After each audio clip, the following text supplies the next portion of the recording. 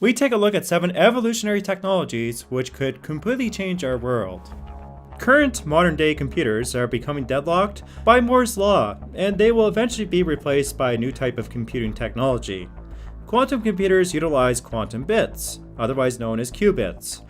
These qubits behave quantumly, so they have the ability to use 1 and 0 at the same time, allowing for exponentially faster calculations.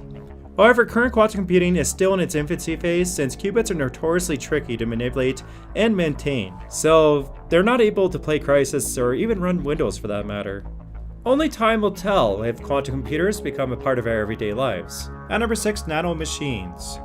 We have utilized basic forms of nanotechnology, with self-cleaning materials and sunblock which reflects ultraviolet light. But this technology is still in its infancy phase and we have only begun to discover its potential. Imagine a set of nanomachines which could destroy cancer cells, or have the ability to transform a truck to a sports car. There really is no limit to what nanotechnology can do. But the main problem with nanomachines is that it does bring up a new realm of problems associated with energy and even production. And we also have to consider that nanomachines can be one of the most powerful weapons ever made, which could make it to be one of the most revolutionary and deadliest technologies at the same time. But engineering things at a nanoscale can also lead to new developments in metamaterials. And they are not really machines, but they're more so materials which don't occur naturally. A few examples would include a cloaking device, or even a super lens which gets around the problems associated with wave decay. But the applications of metamaterials are basically endless. Ultimately, if we can figure out how to build and mass produce things at a nanoscale, it will completely change our world. At number 5, ultracapacitors. We always hear about a new battery invention every year, and it's almost comical at this point. But inventing something which supersedes existing battery technology and actually making it practical, well, that's another story. We also have to keep in mind that batteries have limited lifespans and they have lengthy charging times. That's where capacitors can overtake this type of technology, since they can charge within seconds, endure more cycles, and even undergo greater temperature variations. But the only problem is that capacitors do not quite carry the same energy density as a battery. So a car running on the equivalent weight of capacitors would not quite get the mileage as you would on batteries. That is quickly changing though, and research is being done with graphene and metal carbides to make a better capacitor, which has greater energy density. Combined with getting the cost of capacitors down, then we could ultimately see the capacitor replace the battery. The question is how long is that really going to take? At number 4, limited AI. I'm going to re-emphasize the word limited because this type of AI system is already in place and it's rapidly changing things. From driving vehicles to performing surveillance, it has no doubt proved that it can outperform humans in certain tasks. And it has limitless potential. So what about a fully conscious AI? And why am I not mentioning that? Well, I don't think it's going to happen anytime soon. The riddle to consciousness is figuring out how it even works. Is it based on survivability, or is it something deeper than that, like a soul? There is no universal agreement on what life even is, so humanity can progress another 100, even 1,000 years into the future, and there still may not be an answer to this problem.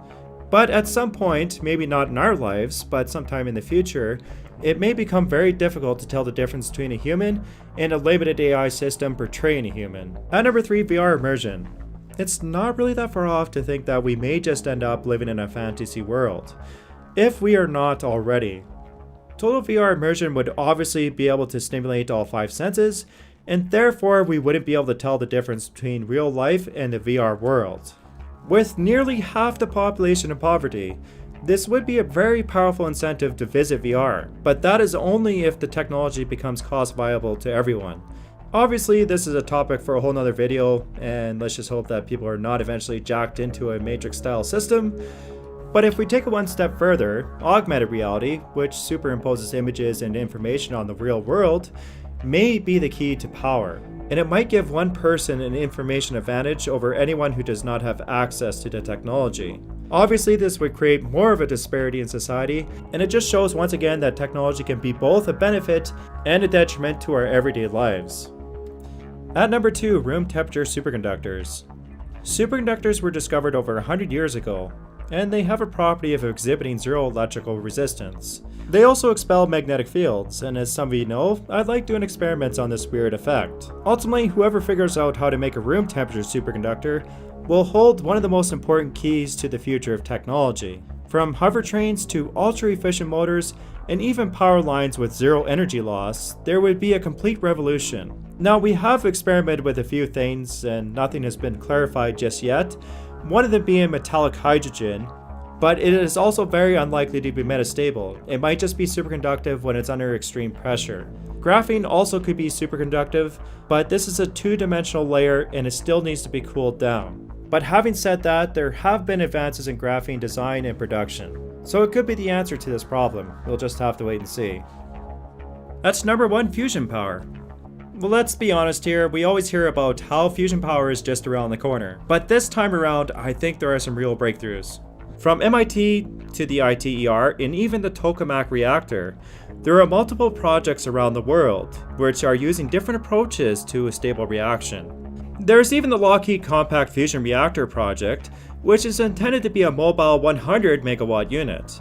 Not much more information has been cleared lately. MIT has also made the extreme claim that they will produce stable fusion power as soon as 2025. But maybe fusion power is not the answer to our energy needs. It might come from an outsider, which is pretty much ignored by mainstream science. One example of this is the Brilliant Light Power Sun Cell Reactor. To sum this up, it's basically a reaction which forces hydrogen atoms to go to a lower than ground state and exhibit enormous amounts of energy. Now, yes, I know, this is technically impossible, but it's kind of neat to see working prototypes actually produce a reaction.